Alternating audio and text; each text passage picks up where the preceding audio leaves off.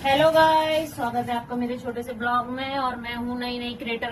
मैंने अभी शुरुआत करी है, तो मैं चाहती हूँ कि आप लोग मुझे थोड़ा सपोर्ट करें, थोड़ा सब्सक्राइब करें, शेयर करें। तो चलिए जी, आज का हम बताते हैं आपको रूटीन। तो बच्चे चले गए हैं स्कूल सुबह, और स्कूल का टाइम भी थोड़ा चेंज हो गया है। जैसे कि पहले डीएम के ऑर्डर थे कि स्कूल का टाइमिंग अब जो है जल्दी छुट्टी हो जाती थी, लेकिन आज मंडे से, आज 6 तारीख से मतलब दोबारा चेंज हो गया। वही 2:30 पे छुट्टी होगी और सुबह बच्चे वही 8 बजे स्कूल जाएंगे। तो बच्चों अब बज रहे हैं आपके 2। बच्चों के आने का टाइम हो गया, तो मैं फटाफट से थोड़े से बर्तन साफ कर देती हूँ। फिर मुझे बनानी है रोटी के मतलब पराठे खाते हैं वो ज्यादातर, तो मैं वो बनाऊंगी, पराठे बनाऊंगी। उनके आने से पहले मैं सब कुछ तैयार करके रख लेती हूँ, क्योंकि फिर आने के बाद लड़ाई झगड़ा होता है। क्योंकि मेरे हैं 3 बच्चे, 2 हैं ट्विंस बेबी गर्ल्स, और उसके बाद एक छोटा बेटा है। तो स्कूल तीनों ही जाते हैं, लगभग 2 साल के करीब हो गए। छोटा वाला भी करा दिया एडमिशन। तो तीनों स्कूल जाते हैं। तो आने के बाद से अगर उन्हें खाना वाना तैयार नहीं मिले तो आपस में एक दूसरे को मारा पीटी मचाना शुरू कर देते हैं। तो इसीलिए, और टाइम हो चुका है 1:57। 2:10 के करीब छुट्टी होगी। 2:30 तक बच्चे घर आएंगे। तो बच्चे वैसे नीचे आते हैं, बस से नीचे जाना पड़ता है लेकिन लेने के लिए नीचे तक। तो मैं यहाँ से निकलूंगी 2:20 के करीब, 10 मिनट पहले पहुंच जाती हूँ। क्योंकि कभी कभी बस का क्या है कि कभी कभी जल्दी आ जाती है, कभी कभी लेट से आती है। तो भाई जल्दी जाने में फायदा, वरना बच्चे हैं छोटे और वो लोग फिर परेशान करते हैं, तुम्हारी मम्मा नहीं आई, फोन करेंगे। तो इसीलिए मैं 10 मिनट पहले जाके नीचे बैठ जाती हूँ कि बस आए या नहीं आए। तो आज हमने सब्जी में बनाया है आलू बैंगन की सब्जी, और मैं अपने लिए सेक रही हूँ 2 रोटी। क्योंकि भाई मैं पराठे बहुत ज्यादा नहीं खाती।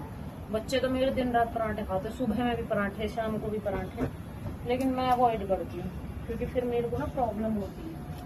तो सुबह में तो मैं कभी ले लेती हूँ ब्रेकफास्ट के साथ, लेकिन वैसे मैं कम ही लेती हूँ, अवॉइड करती हूँ पराठे।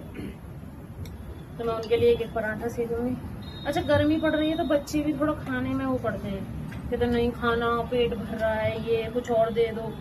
और कुछ मैं अवॉइड करती हूँ, जैसे कि वो कहेंगे कि मैगी बना दो, नूडल्स दे दो, ये दे दो, वो दे दो। उसके लिए मैं थोड़ा सा अवॉइड करती हूँ। मैंने बोला कि भाई इतना कम खाओ, ये सब चीजें इतनी अच्छी। तो यही है कि जितना ज्यादा से ज्यादा अपने हाथ का घर का बना हुआ शुद्ध खाना मिल जाए बच्चों को। क्योंकि इसका आजकल कुछ खाने में है नहीं, दूध है वो मिलावट का। हालांकि हम लोग फिर भी भैंस के मतलब सामने से भैंस का लेते हैं, हम लोग पैकेट का दूध यूज नहीं करते। कभी जब नहीं हो तब का तो बोले नहीं, अदरवाइज हम लोग भैंस का ही दूध यूज करते हैं। चाहे कितना भी महंगा है, चाहे कम ले लेंगे, लेकिन लेते हम लोग भैंस का ही। पैकेट वाला जो होता है, ये अमूल का, ये सब हम लोग नहीं लेते।